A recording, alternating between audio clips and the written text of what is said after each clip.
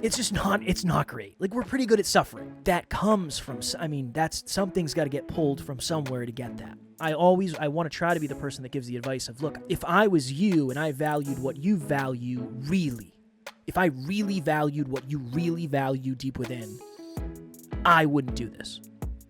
Because I don't value what you value. There's this quote, again, leaders act their way into feeling. People that aren't leaders, they try to feel their way into action, and that's why they don't follow through. I think feeling your way into action is really hard to do unless you've got a hell of a lot of caffeine, because you just never feel like it. No one's going to feel like jumping on the Stairmaster. Next Level Nation, welcome back to another episode of Next Level University, where we help you level up your life, your love, your health, and your wealth. Today, for episode number 1950, what are the benefits of the worst advice you've ever gotten? I did a really cool podcast pre-call today, and the podcast was all about what is the worst advice you've gotten, and we're going to do an entire episode on that. So we need to dive into your story. We need to figure out, well, what are the benefits? What are the detriments? All of this. And they said, what's the worst advice you've ever gotten? And I said, and you know this, great podcast. And their I had a call with the producer so they could figure out how things were going to go. Very well done, very put together. Strong work, Laura, for connecting us with them. So I said, you've heard this before, NLU-inians. I said the worst advice I ever got was from a young lady that I was dating who got mad at me at the end of us dating. And it wasn't like we went on a couple dates. This wasn't like a girlfriend. But the last thing she said was, you think way too much. Why can't you just go with it? Like, why do you have to think and overthink about everything? And the producer said, why was that important to you? And I said, because at the time, I would fit any box for love. Any box for love. I just wanted to be loved. So the fact that I was able to lean into me and own my identity as someone who is different, and I think thinking is a good thing, and I think that's really powerful, that was a huge unlock for me. And I said I took pride in the fact that I was somebody who thought a lot.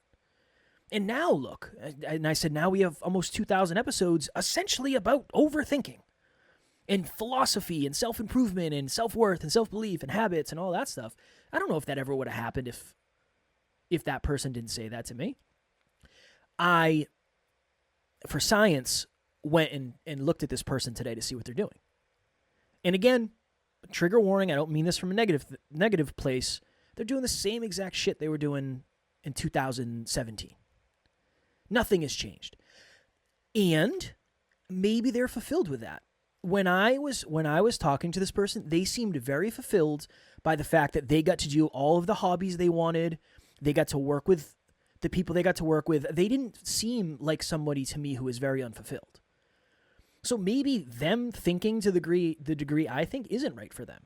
But that doesn't mean it's not right for me. And that made me want to do this episode because I think the worst advice you've ever gotten is the worst advice you've ever gotten because it went directly against what you wanted to do, what you thought you were supposed to do, what you thought was best for you. So I thought it would make for a cool episode. And then Alan might get fired up and moonwalk around his office or something. So that's what we're going for today. I seriously doubt that. It's been a day. It's been a week. It's been a month. And it been a year. Yeah. And a decade. And a life. It's been a life. It's been a real one. It's been a real one. Also, I'm wearing a long sleeve shirt. So I couldn't tell you the last time I was wearing a long sleeve shirt. It's cold lately, man. It's not even that. It's just I was like, I feel like wearing a long sleeve shirt today. I like it. I have a nice long sleeve collared shirt that I love. Only for the winter time.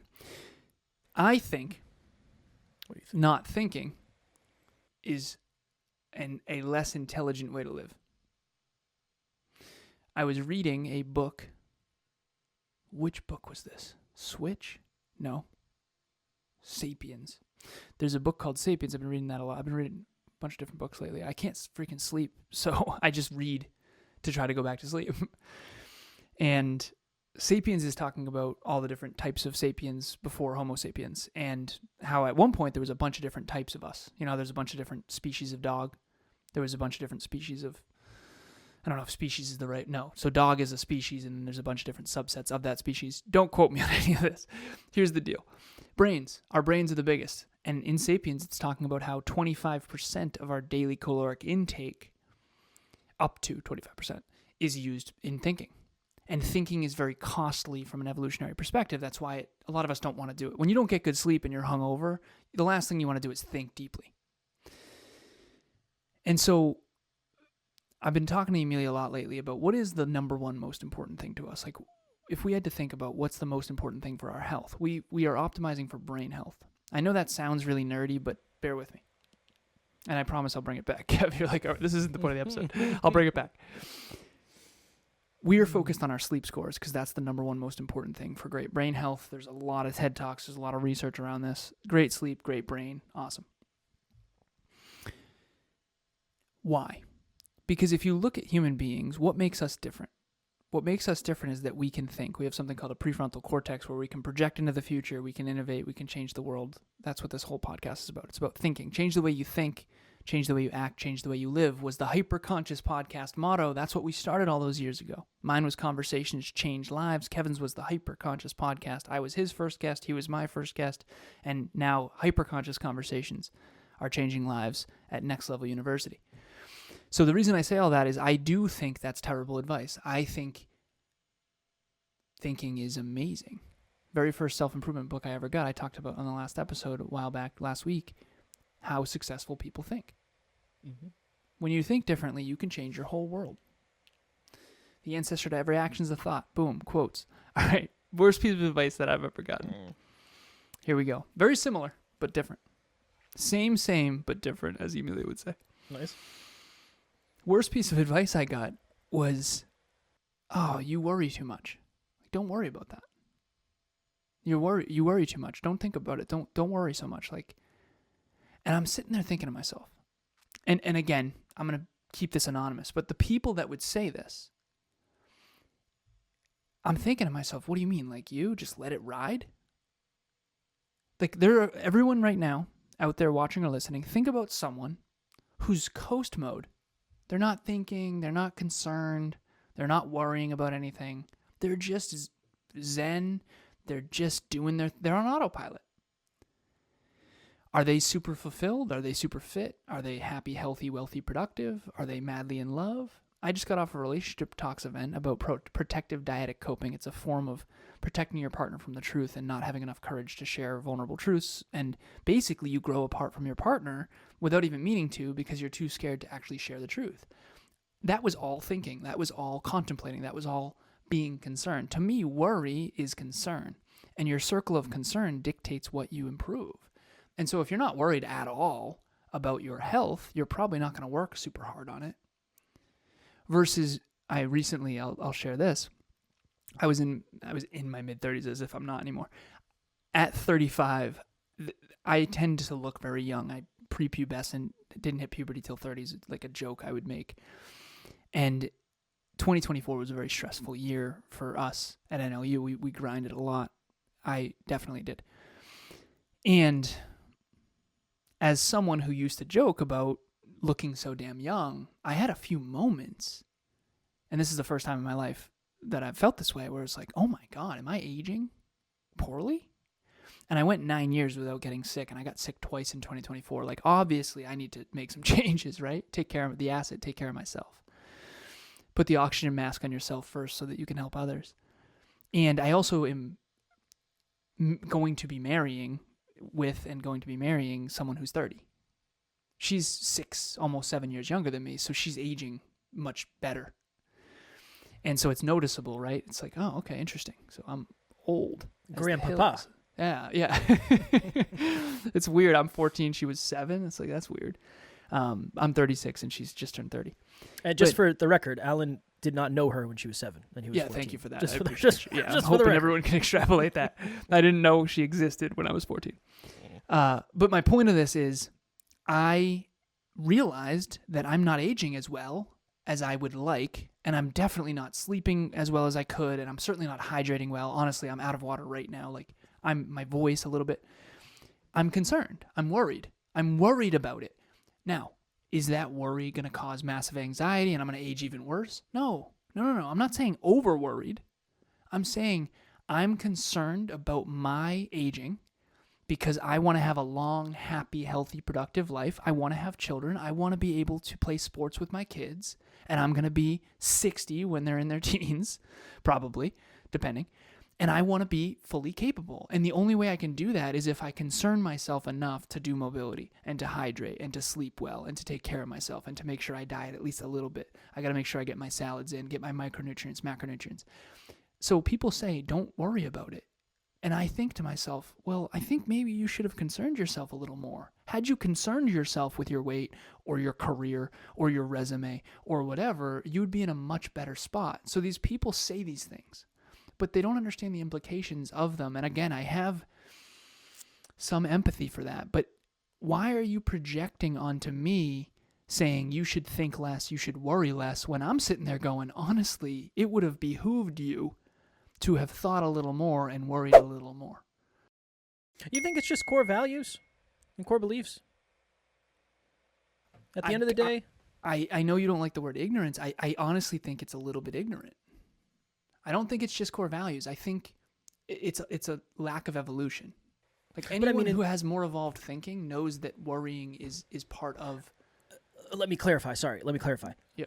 Because I can understand. Not just that, but when somebody tries to give you blanket statement advice to a specific, I think oftentimes it's because they value, anytime somebody says you should work less, I understand that if you don't like work and you were me, you would think that I would want to work less. Yeah. Which is by definition ignorant. They don't understand your life, your core values, your beliefs, your goals. They don't understand the implications of you working less. I like unaware better than ignorant for unaware. Some reason. Okay, that's a better word. I think ignorant is... I like ignorant. I think ignorant's a good word. I want you to use the word that you like. I appreciate that. But I do think unaware probably is less triggering. Is ignorant a triggering word? I think so, yeah. It comes off as toxic a little bit. Unaware suggests that you can become aware. Ignorant just seems like you're kind of a lost cause. At least that's what I feel about it. That's a me. Yeah. Maybe that's a me thing. I don't know. Yeah. I was on with a client earlier. She said, the reason why I think you struggle with effective communication, and I do, is because you care more about them learning than their feelings. And if their feelings hurt, they won't learn. You know that quote of people won't remember what you said or what you know, they'll only remember how you made them feel? I don't resonate at all with that. There are people that I've learned from that I can't stand. That's so hard for me. I struggle so bad with that. I do have a hard time with it. Like there's one speech in particular that I think is world class, but I can't stand this person. I have a hard time watching his videos because I don't necessarily want to support him. And I think you vote with your time, you vote with your money and that kind of thing. Mm. But at the end of the day, I try really hard to... My intellect is a little bit separate maybe than my emotions compared to most maybe. And I don't know if that's good or bad, but I do know that how you feel about knowledge doesn't change whether or not it's accurate, you know? Yeah, but I think I think it's very hard for me to take something from somebody if I don't take something useful from somebody and then implement it in my life if I don't like their character. It's like a little piece of me that's like, you don't get to be a part of my life like that. Yeah. You don't get to be a part of me because I don't, Can you take the principle in? It doesn't matter who, so what's the Abe Lincoln quote? Is there's no one I learned from everyone, even if 99% of the time it's what not to do. Like we're all a warning and an example type of thing. Yeah, that's fair. That's always been hard for me though. But you're a feeler more than a thinker. I'm a thinker more than a feeler. So it makes sense. It makes sense. Yeah. And I think that I tend to resonate more with people who are more thinkers than feelers tend to resonate more with me, and people who feel first, think second. You know that quote of you act your way into feeling instead of think your way into action? A lot of quotes. Yes. You, I think, are very good at this, and I know we're getting off topic here, but one of the things I've always asked you on this podcast for 8 years, I'm trying to get you to explain it better. You are very disciplined compared to the statistical norm, and you get yourself to do things that you don't want to do all the time. Like, how many things did you do that you didn't really feel like doing today? If I had any good excuse to cancel all the meetings I had, I would have liked to. Okay, so you didn't feel like doing almost anything you did today. I felt like I didn't feel like getting up. Taryn's been a little sick, so she's been coughing, and I don't know, I feel bad if she's coughing and she's thinking about the fact that she's going to keep me up. So I slept on the couch last night. I sleep amazing on the couch, always. It's great. But I woke up and it was like, I don't really know if I want to get up today. Like, let me just stay here for a minute. And then I woke up like 7 minutes later. I was like, oh, shit. So I didn't really want to. I had a 9 a.m. meeting. Shout out to Ron. We had a great meeting today. It's not you, Ron. I just didn't want to get up and do a meeting for 9 a.m. 9 a.m. meetings kind of suck. Yeah, they do. Okay, well, to bring this back to the thinking piece and the worrying about it, I'm worried right now, not in a negative way. I'm concerned about how Kevin's wired versus how I'm wired so that I can learn. And we're thinking about it. So you act your way into feeling pretty well from what I've noticed. It's almost like you don't need to feel like it in order to do it. You'll do it and then feel like it after. That's what I've noticed. Yeah. Okay, so there's this quote, again, leaders act their way into feeling. People that aren't leaders, they try to feel their way into action, and that's why they don't follow through.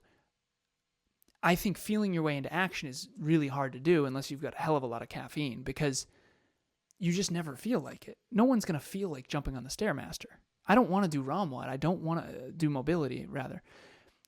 ROMWAD is my mobility videos that I do. I never feel like it. Never. I have to force myself to do it. And then the question becomes, well, how do you do that? You just basically berate yourself to get yourself to do it.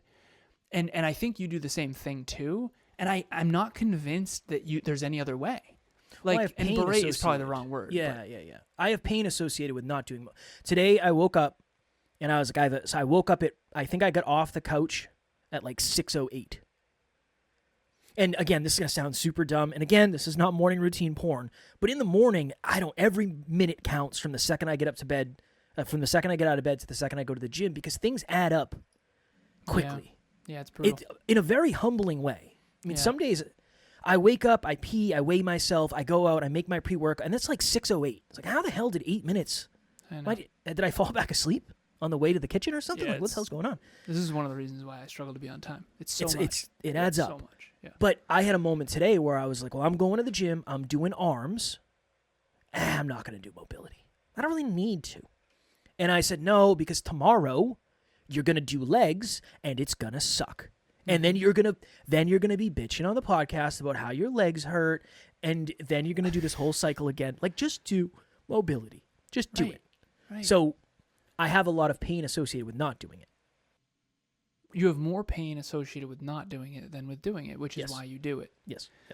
And I wonder sometimes because my coaching practice, it's grow your business, but in order to do that, you have to get yourself to do things that you don't want to do. It's the want, love, hate framework. You want a great body, love exercise, hate dieting. That's me. Hate dieting, hate it. I have to kind of do it. Otherwise, I won't be able to have the body that I want. So I have enough pain associated with not doing it, but I'll have more pain associated with it when I'm at the lake this summer and I don't have abs. That's gonna drive me nuts. And again, I know that sounds like a dumb problem to have, but here's the truth, and bringing this back to thinking. I have to think about what I'm going to do, to Kevin's bad advice that he's gotten, and then I have to worry about it now. If I'm not worried about having abs, I'm not going to have abs. Dude, you can't get abs without worrying about it. Not unless you're 18 and you have good genetics. I mean, back then it was different. Yeah, it was. Very but honestly. Even then, you kind of worried about it, at least a little. Less. You worried about it enough to lift consistently or whatever, right? Yeah. So, yeah. Well, but that's the hard thing is, it might sound like a dumb thing or a dumb thing to focus on, but sometimes dumb things to somebody are meaningful things to other people. Exactly.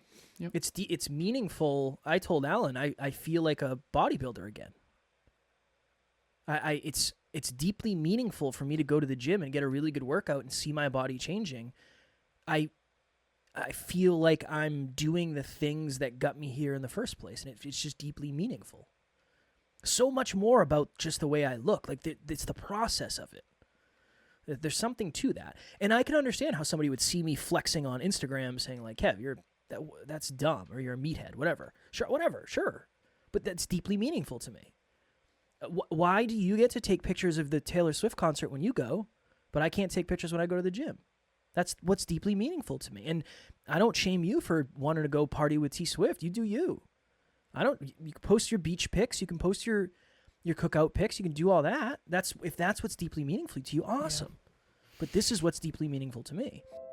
NLU listener, what is happening? I just wanted to jump in here and let you know, if you want to get to the next level faster, we have a free virtual monthly meetup at the first Thursday of every month. You can connect with like-minded people and become a bigger part of this amazing global community. The link to register will be in the show notes. Question. And you might not have a good answer for this, but I figured might as well do it and see what happens. What's the worst? What are you trying to say? I'm kidding. Got scared. Even Alan adjusted his glasses while he asked me that question. What's the worst advice you've gotten recently? I got that advice recently. You got that? That's been a recurring theme. Oh, yeah. Okay. Yeah, I got that advice, and I was thinking about it because you asked me what's the worst advice you got because of the origin story of the episode, which was that podcast. I think it's a great premise for a podcast. I would love to be a guest on that show and just talk about all the bad advice. I think I've gotten more bad advice than good advice, quite frankly, but I probably remember the bad advice better. But that happened recently of like, well, sometimes you just got to be.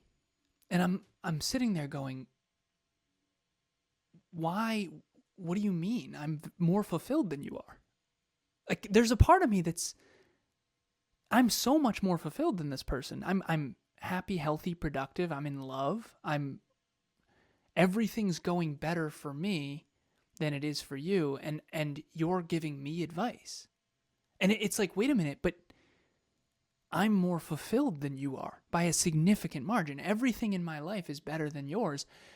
And I'm not trying to be mean. I'm not even telling this person what they should or shouldn't do. They're telling me. And I just don't know where that comes from. Like, why do people believe that because it's one thing for me to say, for Kev to come to me and say, hey man, I how do I get abs? And I'll be like, brother, to be honest, you just got to eat less calories and you got to work out more. And then I can give him advice. Why would someone who's not going to the gym, not exercising, not crushing it in life, not fulfill, like, why do they give advice? It doesn't make any sense to me because I don't feel like I give advice all the time. I do it for a living. I'm not going to like go up to Kevin and be like, hey man, you should really consider like thinking less. I feel like you think too much. Because let's say this person were to say that to you. The person that said that to you, do they have a better life than you from your perspective? No. Okay. Do you think you're more fulfilled than them?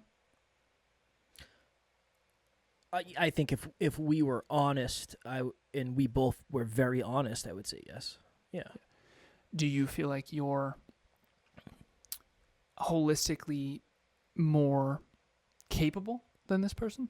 I know this is uncomfortable, but no, yes. Do you think you have a bigger, better, brighter future, most likely than this person? Yes. Do you think you're more in love than this person? Yes. And real quick, and I also understand that the way I live my life is probably not what's optimal for this person. But they're projecting onto you what they believe you should do while you're ahead. Whatever that is. That's like it's like a blue belt coming to a black belt saying, hey man, the way you did that kick, it's just pretentious. It's really quite alarmingly pretentious. Like, and this is why it's my favorite thing in the world to watch people try to coach you that you're ahead of. It's one of my favorites. Like, watching Kev get coached by someone who he's significantly ahead of in every regard is my favorite thing in the world, because you're trying to be kind, but part of you wants to say, listen, dude, like, I'm ahead of you. in everything. Just shut your mouth. I want to be And you kind, don't say yeah. that. You don't No, say that no, because no. you're not a dick and you're respectful. And I know you wouldn't say that, but it's so fascinating for me to sit there, watch you sort of, I'm good. Like, no, I have stuff to work on. I'm not saying, it's just because I think there's something to be said for why is it that people are so quick to try to tell you what they think you should be when you're like significantly ahead of them in life?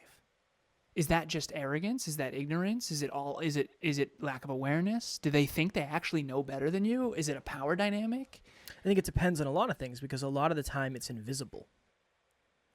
Very rarely do I have somebody come up to me in the gym and say, hey, you should try it this way. That never happens, honestly. Now, again, I know a lot of the people in my gym.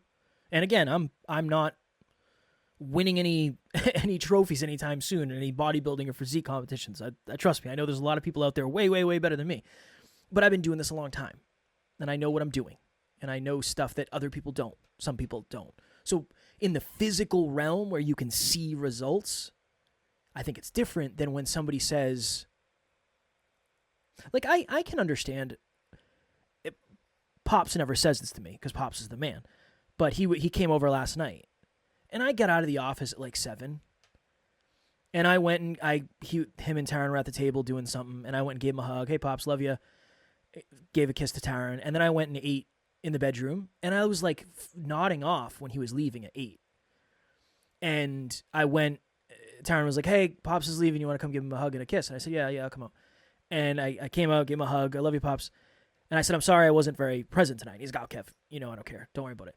But I can imagine if he did, it's like every time I come over, Kev like crawls out of the office like a squirrel looking for a meal after a long day. Yeah. He's going to die. And then I can see where advice might come in. Again, Pops is the man. He doesn't do that. But I can understand. I don't know. What would you do if he did? Pops is the man because he doesn't do that.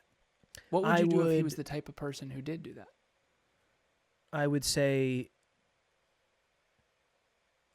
I'm working very, very, very, very hard to make sure that your daughter has the best future possible.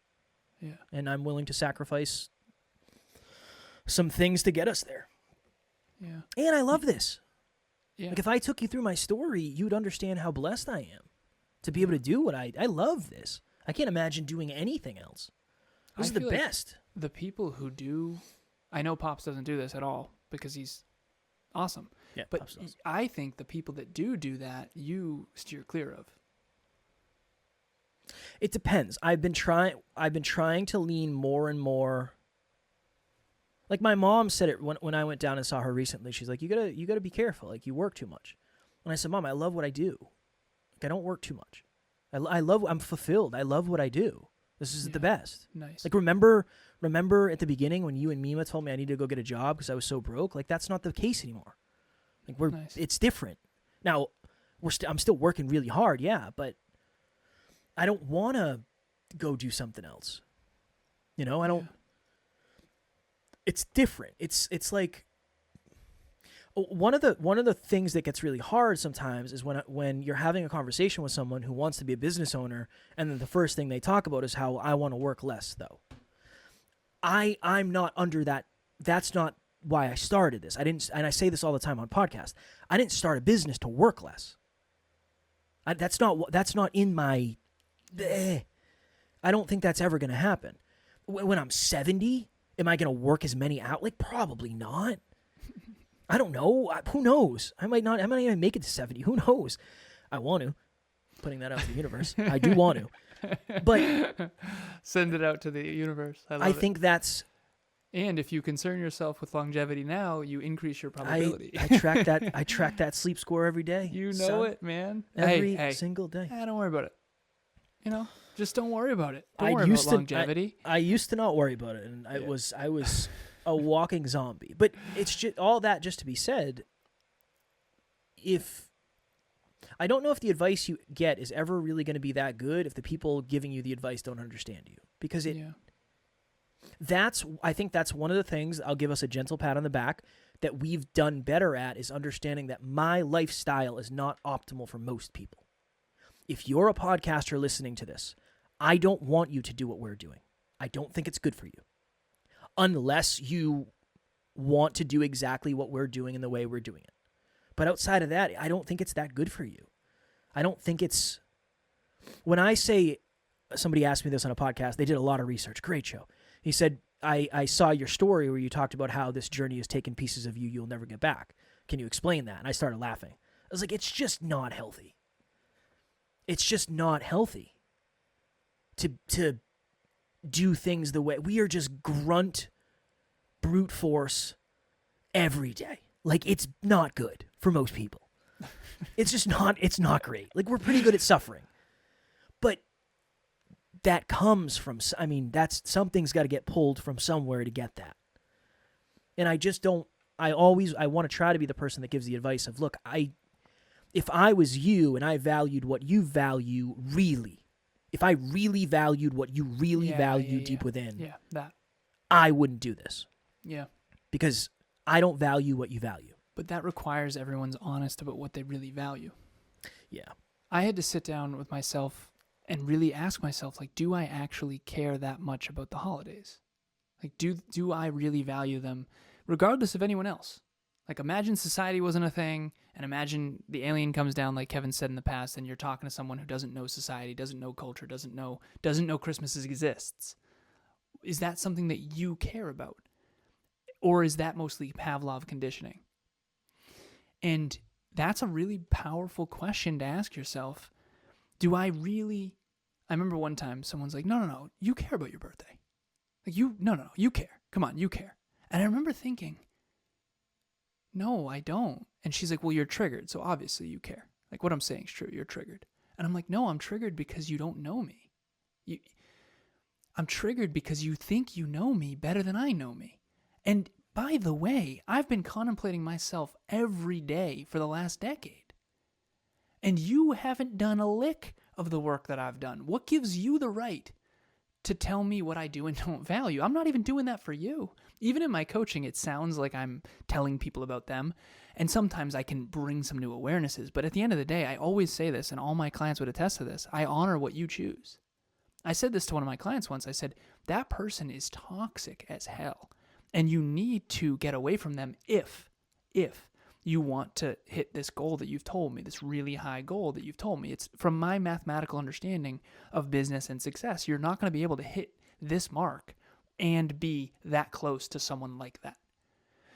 And I said, after that call, she owned it. She said, you're absolutely right. That person's super toxic. Like, I got to get out.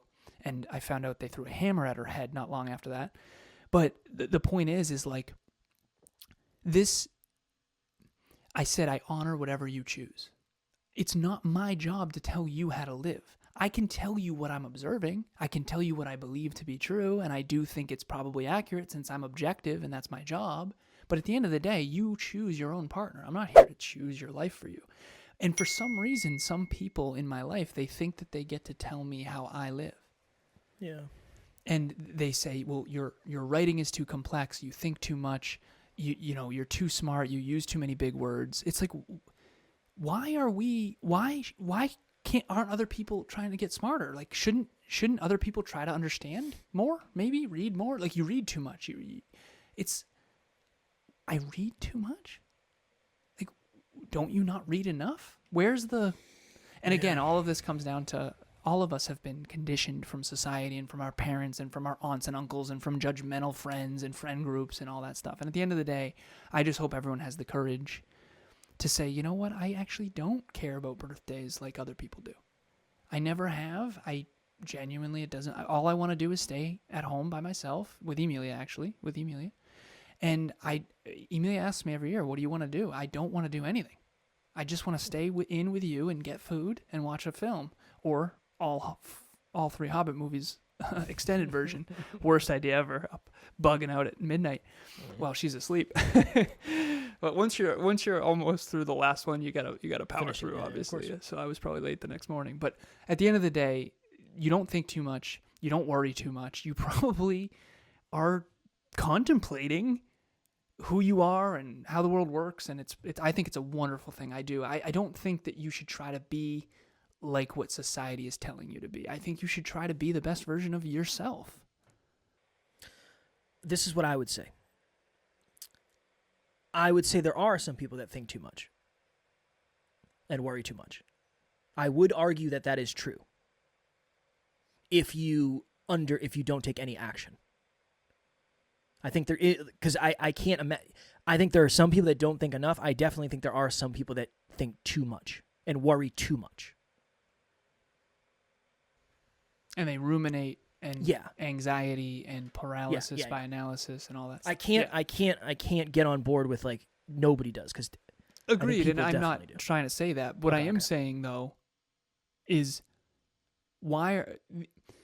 if someone's happy, healthy, productive, in love, fulfilled, and crushing it and wealthy, like it didn't fall out of the sky. And you probably should have enough humility to ask them questions rather than say, "Hey, Kev, have you considered that you think too much, man?" Never. It's like, you should be asking what I'm thinking about. Well, the question would be, right? Do you think the right amount?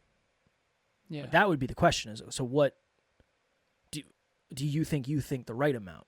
Like, let's have a discussion about that. What does that mean? I think that's constructive, yeah. Agreed. Why? Like, why do you feel like I feel like that would be a really cool discussion. If I could go back and have a discussion with that person, that's what I would say. Like, why? What did you do? Just stop talking to me. I didn't do anything. Just stop talking to me. What? No, but did you like leave or? It was via message. Yeah, most of my deep conversations intentionally never happened in person. There's a reason for that. I don't have to do the walk of shame. I could probably find the message. Hold on. I love this. I don't know. It might have been through Snapchat. I do too, brother. I do too. Yeah, I think it was in... I know it sounds like we're on a podcast telling people how to live. I think we're illuminating principles, and I think we're illuminating opportunities, and we're trying to illuminate the drive to 5 of both sides of the equation and what's the best choice for you. I was on a podcast once with a woman named Deborah, and I talked about how she said, what are your thoughts about starting a business? And I said, I used to be a little naive, and I used to think starting a business was a good idea for most people. And now, having coached so many people, I realized that it's really detrimental for some people who are very certainty driven. And I said, there's advice online that says, I started my business to have more free time. And I said, I think that's a terrible idea. If you're starting a business to have more free time, I think you're in for a rude awakening. And she said, well, what do you mean? I said, well, Kevin and I haven't really taken a full day off in 10 years. Sometimes it's 1 hour a day. Sometimes it's, 15 hours a day, but it's never been a full day off. And she said, oh my God, Alan, that's so bad for you. And I said, no, Deborah, that's bad for you. I'm very fulfilled. I'm happy, healthy, and productive. And if it was 15 hours a day, every day, it would be bad for me. And I understand what you're trying to say. You tell her it was bad for Kevin? No, I didn't. But I do think it's important for people to be able to defend their point of view, and maybe defend is the wrong word, but articulate and communicate effectively your point of view, and then someone else brings their point of view, and then we can have a constructive conversation about it. And I think that's what Drive to 5 ultimately is. Did you find the message? I did not. I don't know if it was on Snapchat or whatever. It might have been text message. I don't know. But it was just something along the lines of, I think this person asked me a question, and then I responded with like a deep thought, and they're like, why do you have to think so much about everything? Like, why can't you just be and go with the flow? And that was it. And then I think they like blocked me. Whatever. See you at the top. That's my new thing. Anybody who's done me dirty in the past, well, I guess that person didn't really do me dirty, but anybody who has do you think that question was a genuine question, or do you think it was an attack? No, she was attacking. She was not being very nice. She was frustrated with me. Again, I've always wanted different.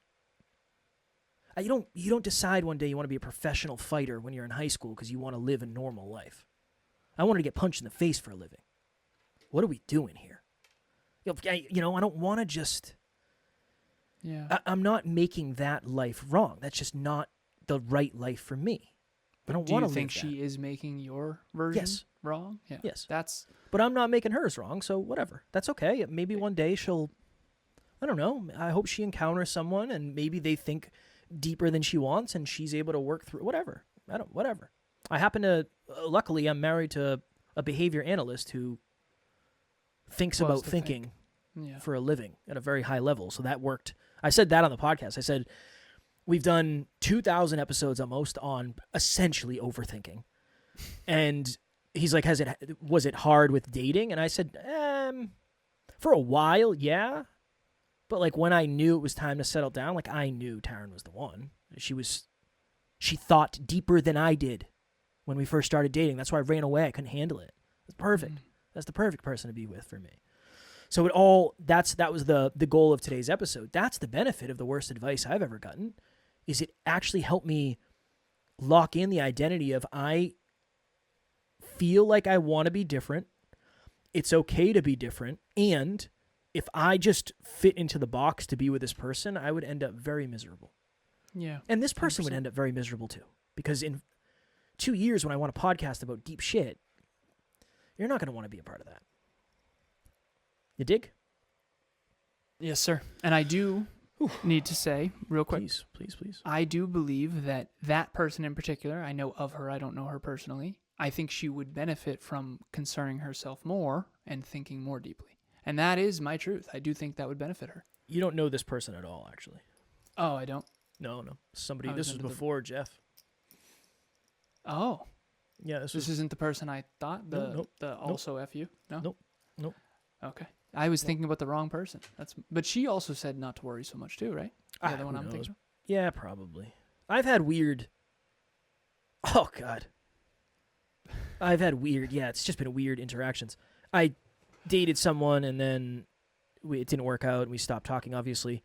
And then one day she reached out and she's like, yeah, one of my friends asked me what my dream body was, and I knew that you and I had talked about it, so I went to look at our old conversation, and you looked like a little bit chunky. I'm like, whoa, could have left that one out. You don't have to throw that in there. Like, that doesn't have anything to do with anything. I was like, thank you. Oh, that's just a dagger. Yeah. It's just, Kev always says this. He's like, that person's just hurt, and they're just trying to hurt. They you. were, yeah, they were hurt. And again, I was jacked. I don't. What do you mean? I was in really good shape at that point. Kev, that's what it is. She knows that you were jacked, and that's why she has to call you out for being chunky. It's unfortunate. It's too bad. There was a little piece of. I got a chuckle out of it. It was like, okay, fair play. Was there a part of you that's like, I'm chunky? No. It was. No. I know what you're doing. Yeah. I know. You know I value Do you think that. you were more chunky than her? No. Okay. But it's dude. Just imagine if somebody reached out and said, "Yeah, I was tuning into the podcast recently. It seems like you and Alan are a little off lately, huh?" It's like, what? Wait. What? Have you ever lately? You've never listened to an episode. You didn't know I had a podcast. Yeah. Now you listen so you can critique. You better get the fuck out of here. Somebody reached out and said, I really feel like you guys need to have more regular people on the show. You guys really need to do. What? Yeah, I haven't talked to you in 6 years. Right. And you're a dingo also. You're also a dingo. I love it when you tell this stuff, man. I appreciate it. Well, we try to keep it real around here. Mm-hmm. And again, the last thing. Based on your wild podcast expertise. Yeah, I'm an expert. I'm an expert at this. Yeah. Not you. I meant this person. Oh. Yeah. Well, I'm an expert too at That's everything. Yeah. At everything. Based on my expertise, I think you should consider reconsidering your career as well. I think this is a good subtle reminder to just recheck in with what matters to you. Because if you are not really, really, really attached to what you value, I think it's very easy for it to get taken away from you without you even knowing it. At least that's been my experience. So I'm not going to talk at you, but that's been my experience. Cool. Fire. Cool. Good All right. stuff.